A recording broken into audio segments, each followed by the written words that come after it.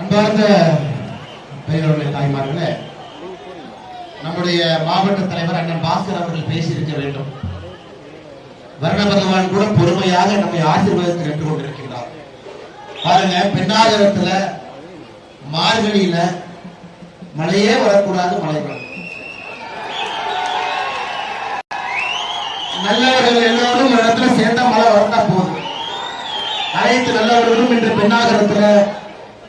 பெண்ணாகரத்தினுடைய அற்புதமான மக்களோடு இணைந்து தமிழகத்தினுடைய 140வது தொகுதியாக நம்முடைய எண் மக்கள் யாத்திரை பெண்ணாகரத்தில் நடந்து கொண்டிருக்கிறது. சகோதர சகோதரிகளே, ஜூலை 28ஆம் தேதி ராமேஸ்வரத்தில் ஆரம்பித்த பயணம் என்பது ஒரு சாதாரண பயணம் இல்லைங்க. உங்களுக்கு, எனக்கு, தமிழகத்தில் இருக்கக்கூடிய ஒரு சகோதர சகோதரிகளுக்கு, பெரியவர்களுக்கு, தாய்மார்களுக்கு, இளைஞர்களுக்கு, இல்லத்தரசிகளுக்கு, குழந்தைகளுக்கு, அனைவருக்கும் கூட ஒரு நம்பிக்கை கொடுக்கக்கூடிய யாத்திரையாக நம்முடைய எண் மக்கள் யாத்திரை இருக்கு.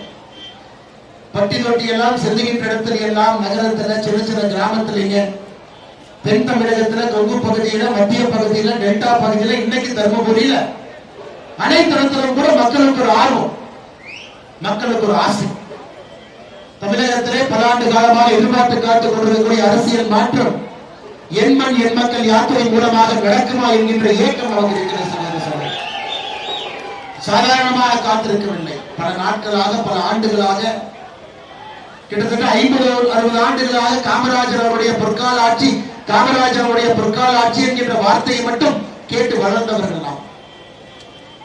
ஊழல் இல்லாத தமிழகத்தை உருவாக்க முடியுமா என்கின்ற கேள்விக்கு நாமளே நிறைய முறை முடியாது என்கின்ற வார்த்தையை பயன்படுத்துகிறோம். எப்படிங்க அரசியல் மாறும்? இன்னைக்கு இருக்கக்கூடிய அரசியல் கட்சிகள் எப்படி மாறுவாங்க? ஊழல் என்கின்ற வார்த்தை இல்லாமல் நம்முடைய காலத்தை ஒரு நாள் நம்மால் வாழ முடியுமா என்று நினைத்து பார்த்தவர்கள். நம்ம சாகருக்கு முன்னாடி நம்முடைய வாழ்நாள்ல ஒரே ஒரு நாள் தமிழகத்தில் லஞ்ச லாவண்யம் இல்லாமல் நம்மால் வாழ முடியுமா என்கின்ற கேள்வி இந்த யாத்திரை பதில் சொல்லிக் கொண்டிருக்கிற சகோதர சகோதரி.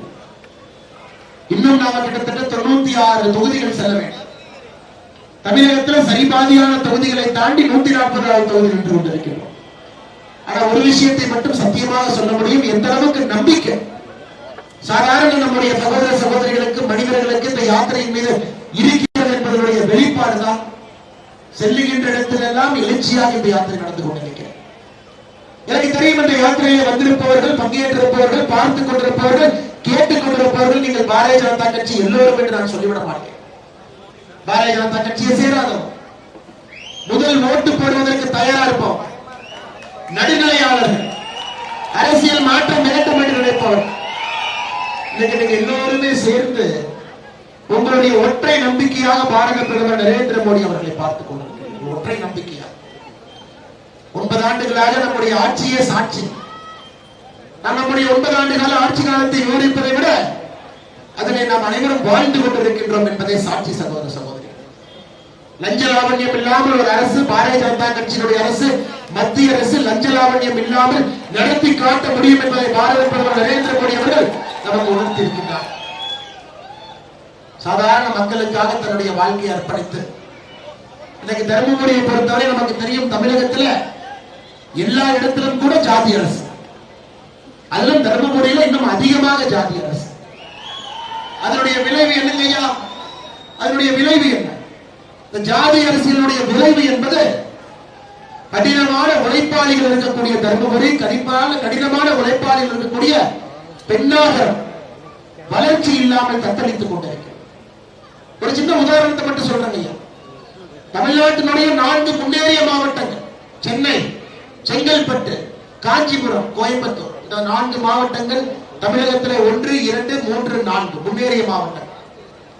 தமிழகத்தினுடைய உற்பத்தி திறன்ல 34%. இந்த 4 மாவட்டங்கள் தமிழகத்தினுடைய உற்பத்தி திறன். இந்த 4 மாவட்டங்கள் தர்மபுரி மாவட்டத்தினுடைய உற்பத்தி திறன் என்பது 1.7%. எங்க போனாலும் நம்முடைய இளைஞர்களை கேட்பேன். லண்டன்ல, அமெரிக்கால, சிங்கப்பூர்ல, டெல்லியில, பெங்களூர்ல, ஹைதராபாத்ல ஆசையோடு பேச வருவார்கள். அண்ணே என்று திரும்ப கேட்பேன், அண்ணே எந்த ஊரு? அண்ணே தர்மபுரி. அண்ணே பெண்ணாகரம். அண்ணே தர்மபுரி டவுன். அண்ணே கிராம. உழைப்பை எங்கேயும் கூட குறை சொல்ல முடியாது. அப்படிப்பட்ட அற்புதமான உழைப்பாளர்கள் இருக்கக்கூடிய மண். ஆனால் அரசியல்வாதிகள் உங்களை தோற்கடித்து விட்டார். நமக்கான வாய்ப்பு அரசியல்வாதிகள் இந்த மண்ணில் ஏற்படுத்தி கொடுக்கவில்லை, ஆட்சி ஏற்படுத்தி கொடுக்கவில்லை. திருப்பூர்ல, கோயம்புத்தூர்ல எங்க பார்த்தாலும் கூட தர்மபுரியுடைய இளைஞர்கள் சகோதரிகள் வேலை பார்த்துக் கொண்டிருக்கிறார். ஸ்பின்னிங் மில்ல, பஞ்சு மில்ல, கார்மெண்ட்ல, மேனுபேக்சரிங்ல. இந்த ஊருக்கு எந்த கையா குறைச்சு? கல்வியிலே முன்னாடி இருக்கிறோம், உழைப்பிலே முன்னாடி இருக்கிறோம், நேர்மையிலே முன்னாடி இருக்கின்றோம். அனைத்திலும் முன்னாடி இருக்கக்கூடிய தர்மபுரி அரசியல்வாதிகள் ஜாதி அரசியலை பேசி பேசி பேசி வளர்ச்சியிலே பின்னாடி கொண்டு போய் உட்கார வச்சிருக்கிறோம். எனக்கு பெரிய சந்தோஷம் என்னன்னாங்க, நம்முடைய இஸ்லாமிய சகோதரர்கள் வந்திருக்கின்றார். யாத்திரையெல்லாம் வர்ற வழியில் இஸ்லாமிய சகோதரர்களை பார்த்தேன். இங்க கொஞ்சம் பேர் நிக்கிறாங்க, கொஞ்சம் பேர் கேட்டுட்டு இருக்காங்க.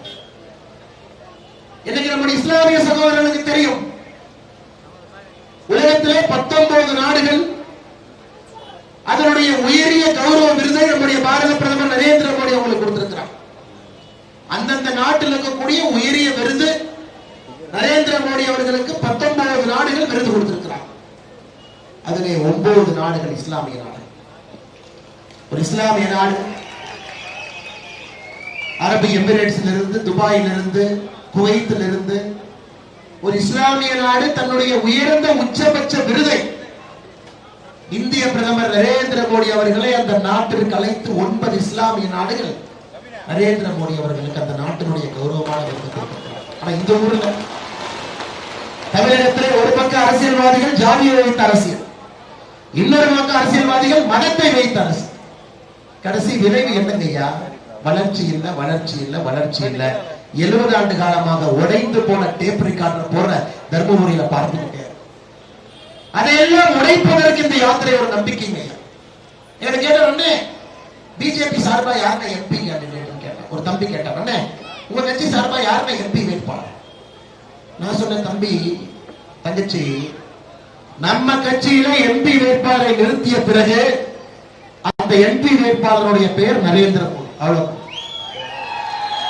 அது மோடி வேட்பாளர், அவ்வளவுதான். இந்த முறை நாம யாரும் வேட்பாளரை பார்த்தாலும் தமிழகத்துல ஓட்டு போறது இல்லைங்கய்யா. இதுக்கு முன்னாடி எம்பியா பிஜேபி காரங்க புதுசா நடத்திருக்கிறாங்க.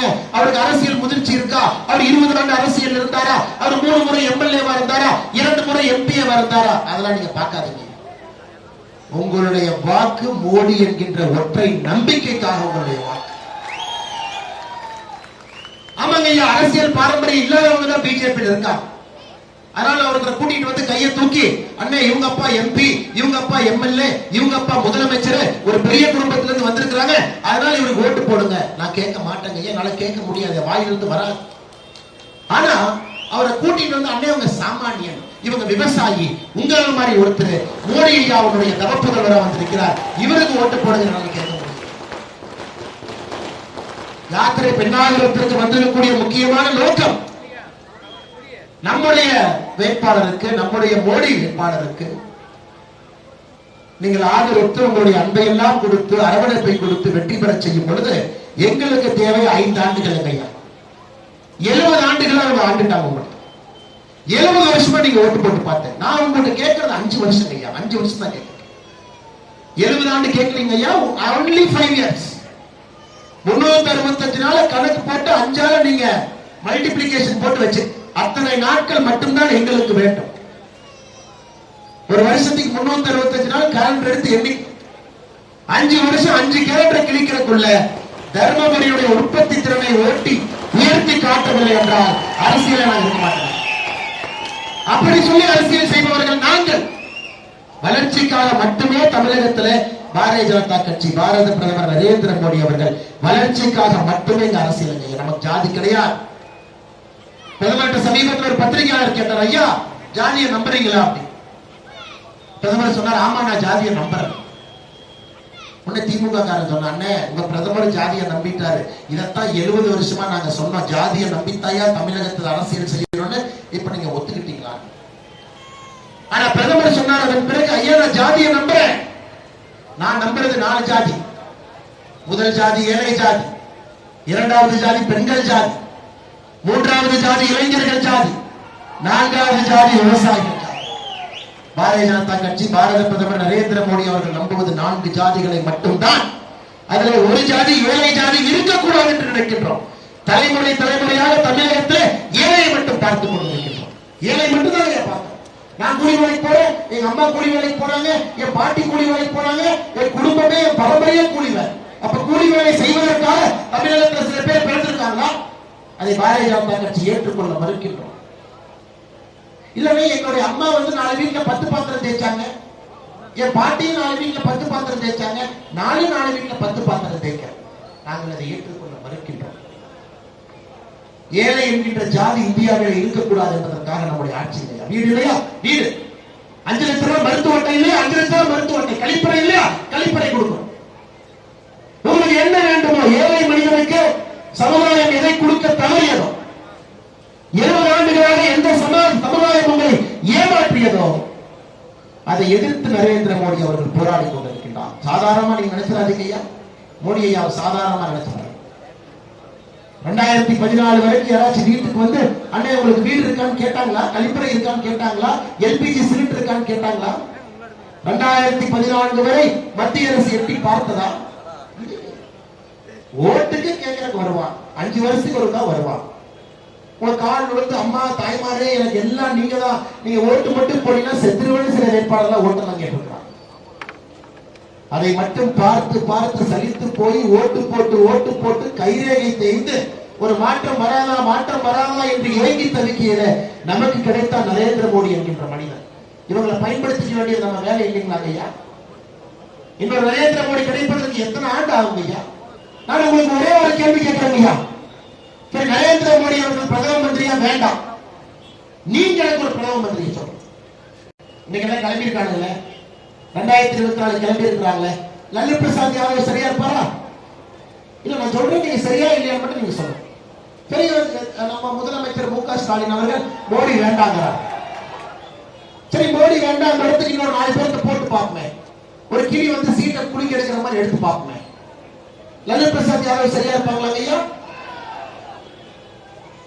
சரியா இருக்க மாட்டார். மு.க. ஸ்டாலின் ஐயா சரியா இருப்பார்.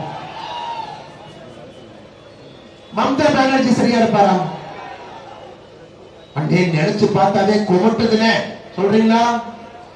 அண்ணே அவங்க எல்லாம் சேர்ல உட்கார வச்சு பார்த்தாவே கொமட்டுதுனே. மோடி அவர்கள் அமர்ந்த இருக்கையிலே 10 ஆண்டுகளாக ஆட்சி செய்த ஆட்சியில எப்படின்னு இவங்கெல்லாம் இந்தியாவுக்கு ஊழல்லாம் என்னன்னு சொல்லி கொடுத்தாங்கன்னு. லல்லு பிரசாத் யாதவ் 25 ஆண்டுகளுக்கு முன்பு 920 கோடிக்கு கால்நடை ஊழல் தீவிர ஊழலத்தை பண்ணி அறிமுகப்படுத்தினார். இந்தியாவிற்கே விஞ்ஞான ஊழல் காட்டியவர் கலைஞர் கருணாநிதி. மாட்டாம எப்படி தெரியும்? அரவிந்த் கெஜ்ரிவால் அவரை அமலாக்கத்துறை டெய்லி சம்மன் கொடுத்துட்டு இருக்காரு. அவர் யோகா பண்றேன்னு ஹரியானால போய் 10 நாள் பேச மாட்டேன் யோகா பண்ணிட்டு இருக்காரு. மம்தா பானர்ஜி அவங்களை பத்தி பேசவே வேண்டாம். நீங்க நினைச்சு பாருங்க ஐயா, பிரதமராக தகுதி இருக்கக்கூடிய ஒரே ஒரு மனிதர் இந்தியாவில் நரேந்திர மோடி என்கின்ற மனிதன் மட்டும். அதனால நான் திரும்ப திரும்ப சொல்றேன், இஸ்லாமிய சொந்தங்கள் இருக்கிறீங்க, கிறிஸ்தவ சொந்தங்கள் இருக்கிறீங்க, இந்து சொந்தங்கள் இருக்கிறீங்க, பாரதிய ஜனதா கட்சி சொந்தங்கள் இருக்கிறீங்க, வேற வேற கரவேட்டி கட்டி உள்ள நிக்கிறீங்க. எனக்கு தெரியும் நீங்க வந்தது எனக்கு ரொம்ப சந்தோஷம் ஐயா. நீங்க வந்தது ரொம்ப சந்தோஷம். மாற்று கட்சி நண்பர்கள் வந்தது சந்தோஷம். ஆனா நீங்கள் மோடிக்காக வந்திருக்கிறீர்கள் என்பது எனக்கு தெரியும். மோடிக்காக வந்திருக்கிறீர்கள். அதே வேண்டுகோளை உங்க முன்னாடி வைக்கிறாங்க. 2024 மோடி வேட்பாளர், 2024 மோடிக்கான ஆட்சி. நம்ம பஞ்சாயத்து 2026 வச்சுக்கலாம். நம்ம பஞ்சாயத்து அப்ப வச்சுக்கலாம். 2024 என்னுடைய அன்பு சொந்தங்கள், மாற்று கட்சியிலிருந்து வந்திருக்கக்கூடிய நண்பர்கள், சகோதர சகோதரிகள், ஐயா அவங்க கட்சி தலைவர்கள் மீது எங்களுக்கு உங்க மேல என்னையா கோபம்? நீங்கள் சமுதாயம் நன்றாக இருக்க வேண்டும், அதே வேலை செய்யுங்க. என்னை மாதிரி நீங்கள் அரசியல் பண்ணுங்க. தலைவர்கள் செய்யக்கூடிய தவறைத்தான் காரசாரமாக பேசுகின்றோமோ தவிர தொண்டர்கள் மீது எப்பவும் கோபம் கிடையாது. ஏன்னா குறிப்பா தர்மபுரியில பாக்குறேன், மாற்று கட்சி நண்பர்கள் ரொம்ப அதிகமா யாத்திரையில வர்றேன், ஆரம்பத்திலிருந்து கடைசி வரை. ஏன்னா மோடி என்கின்ற மனிதன் மீது உங்களுக்கு இருக்கக்கூடிய நம்பிக்கை சகோதர சகோதரி. மோடி எல்லோருக்கும் பொதுவாக, ஏன்னா பாரதிய ஜனதா கட்சிக்கு மட்டும் பொதுவாக இல்லைங்கய்யா. அதை எப்பவும் தாண்டிட்டார். பாரதிய ஜனதா கட்சி மோடியை உருவாக்கியது. ஆனா இன்னைக்கு மோடி என்பவர் பாரதிய ஜனதா கட்சியை தாண்டி இந்தியாவில் இருக்கக்கூடிய 142 கோடி மக்களுக்கும் பொதுவானது.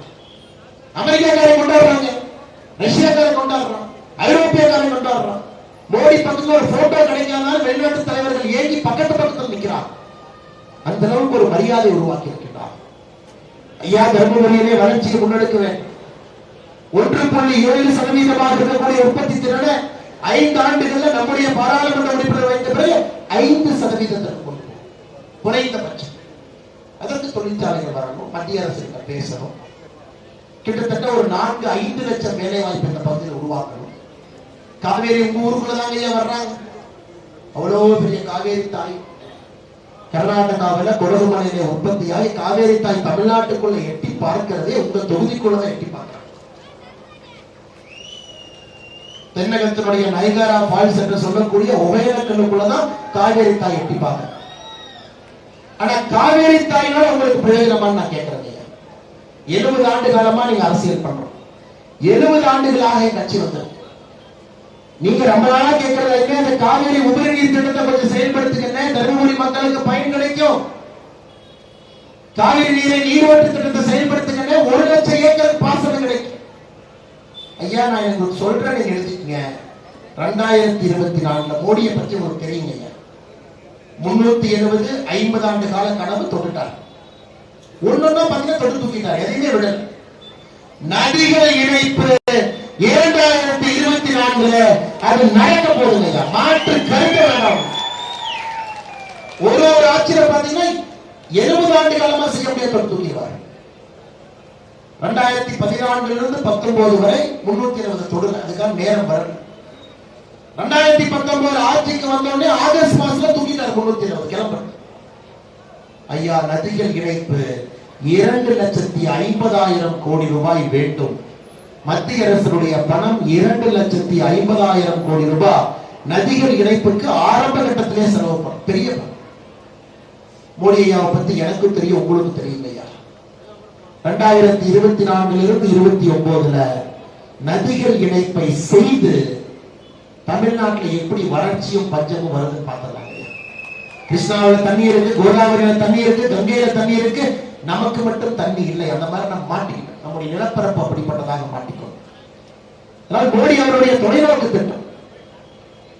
ஏழை என்கின்ற ஜாதி இருக்கக்கூடாது என்பதற்காக நம்முடைய அரசியல். காவிரி தாய் ஒகேனக்கல்ல எட்டி பார்த்தாலும் கூட இங்க இருக்கக்கூடிய தொகுதிக்கு உங்களுக்கு விவசாய பிரச்சனை இருக்குதுங்க. அதையெல்லாம் சரி செய்வதற்கு நீங்கள் ஒரு வாய்ப்பு கொடுக்கணும். ஐயா, பெண்ணாகரம் என்று சொன்னாலே சிறுதானியம்.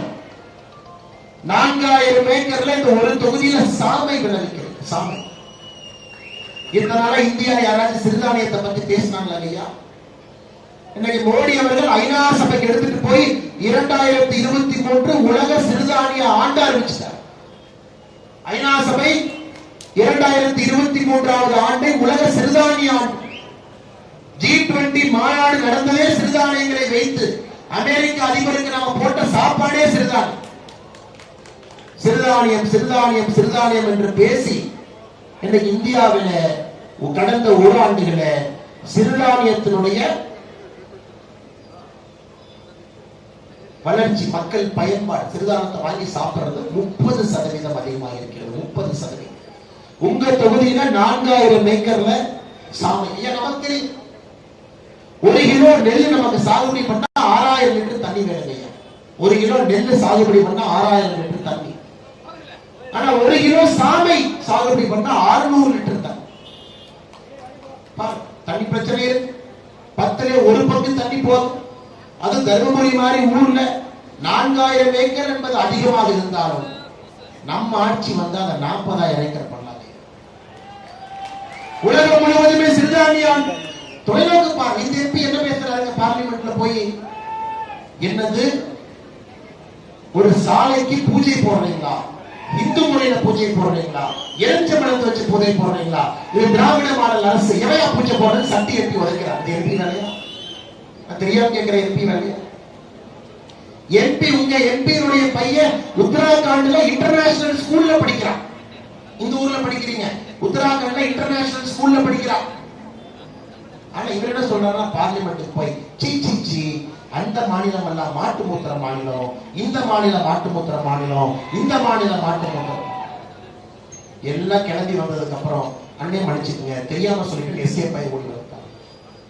உங்களுடைய எம்பியினால் ஒரு நாள் தர்மபுரி மக்களுக்கு புகழ் வந்து சேர்ந்திருக்கான்னு நான் கேட்கிறேன். நான் ஒரே வார்த்தை அண்ணே, நாங்க எம்பியாவை ஓட்டு போட்டதுக்காக எங்களுக்கு ஒரு நாள் தர்மபுரிக்காரன் இந்தியாவில் போய் சொன்னா, ஓ நீங்க எம்பி ஊருக்காரரா, சூப்பர் சூப்பர் நிறைய சொல்லுவாங்க.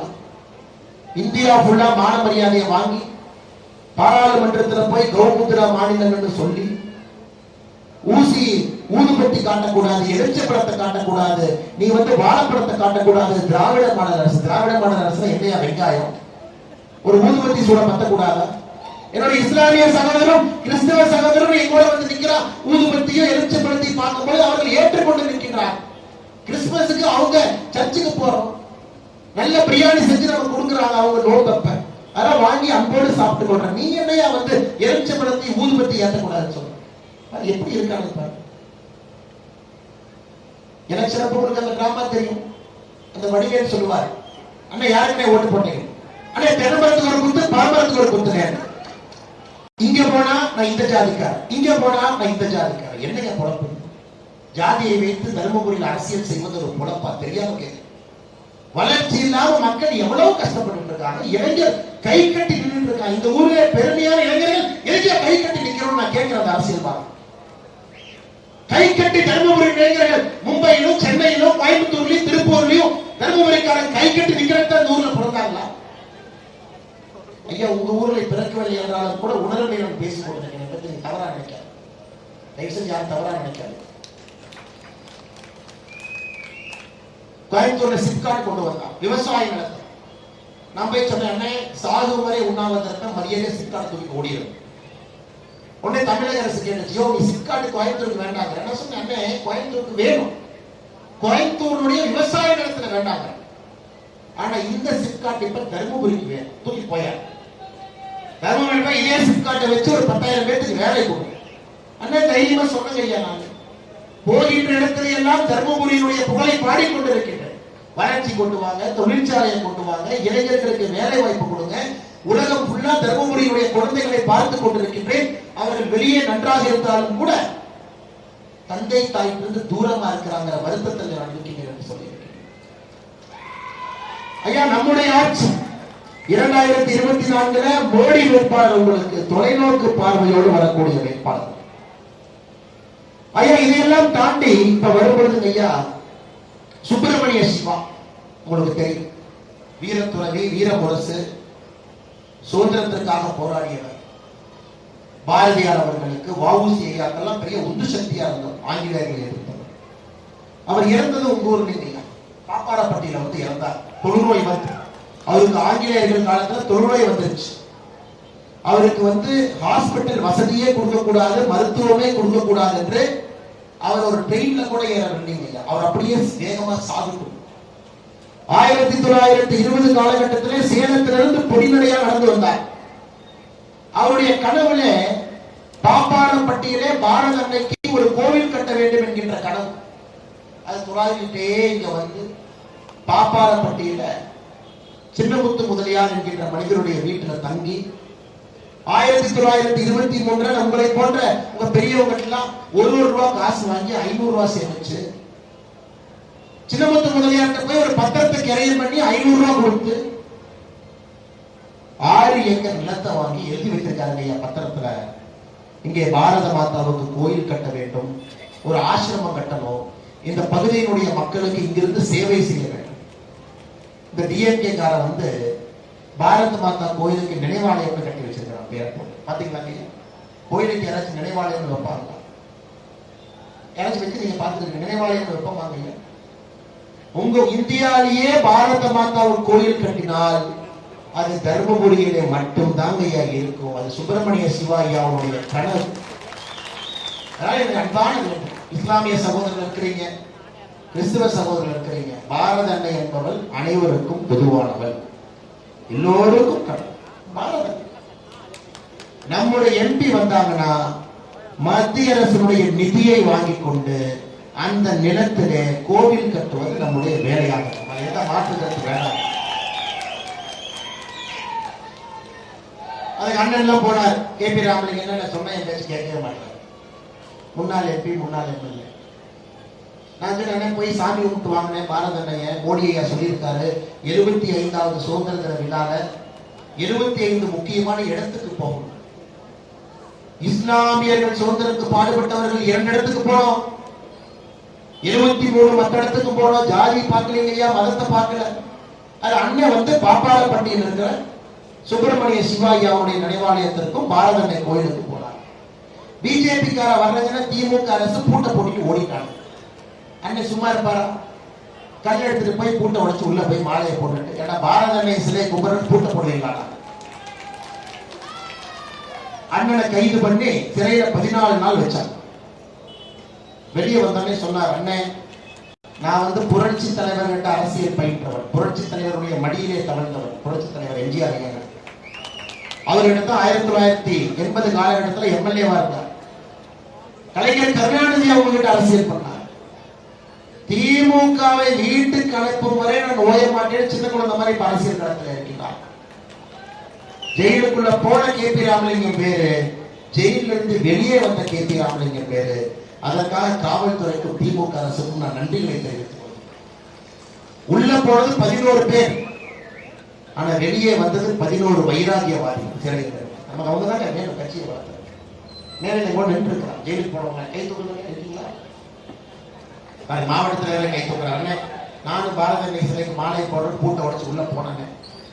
அதுக்கு ஒரு ஜோக் சொல்றேன் பாஸ்கரண்ணே. ஒரு அக்கா போலீஸ் ஸ்டேஷனுக்கு போன் பண்றாங்க, அண்ணே பிஜேபி கார கொடி வைக்கிறாங்க வீட்டுக்குள்ளே. உங்களுக்கு தெரியும், உங்க பிஜேபி கார எங்க கொடி வச்சாலும் போலீஸ்காரங்க வந்து கொடியை பிடிப்பாங்க. உங்களுக்கு உடனே அலறி அடிச்சு இன்ஸ்பெக்டர் ஒரு 10 நிமிஷத்துல 100 பேர்த்துல போய் எங்க கொடி வைக்கிறா, எவங்க கொடி வைக்கிறா சொல்லு. அந்த அக்கா சொல்லுச்சு, அண்ணே ஒரு 100 பவுன் நகை காணாம போச்சு, சொன்னா வரமாட்டீங்க, அதனாலதான் பிஜேபி கார கொடி வைக்கிறான்னு சொல்ல வந்துட்டீங்க, அப்படியே ஒரு எஃப்ஐஆர் போட்டு போங்க. காவல்துறையின் மீது பெரிய மதிப்பு மரியாதை இருக்கக்கூடியவர் தான். ஏன்னா உடம்புல ரத்தம் தாங்க ஓடும், அந்த உப்பு தாங்க இருக்கும். ஆனா திமுக ஆட்சியில அற்புதமான மனிதர்கள் அந்த மாதிரி பண்ணி வச்சிருக்கிறாங்க என்பதை மனதில் ஏற்றுக்கொள்ள மறுக்கு. அதனால் காவல்துறைக்கு விடுதலை என்பது பாரதிய ஜனதா கட்சியினுடைய ஆட்சி தான். எந்த மாற்றம் நாம எல்லாம் பார்த்துங்க, நைட்டு தூங்குறோம், காவல்துறை தூங்குறாங்களா? 16 மணி நேரம் தமிழகத்தில் வேலை செய்கின்றார்கள். 16 மணி நேரம் என்ன வேலை? கலைஞர் 100 விழா நடத்துவாங்க. நேற்று சினிமாக்காரங்களை கூப்பிடுவாங்க, அதுக்கு ஒரு 4000 பேர் போய் பந்தோபஸ்து.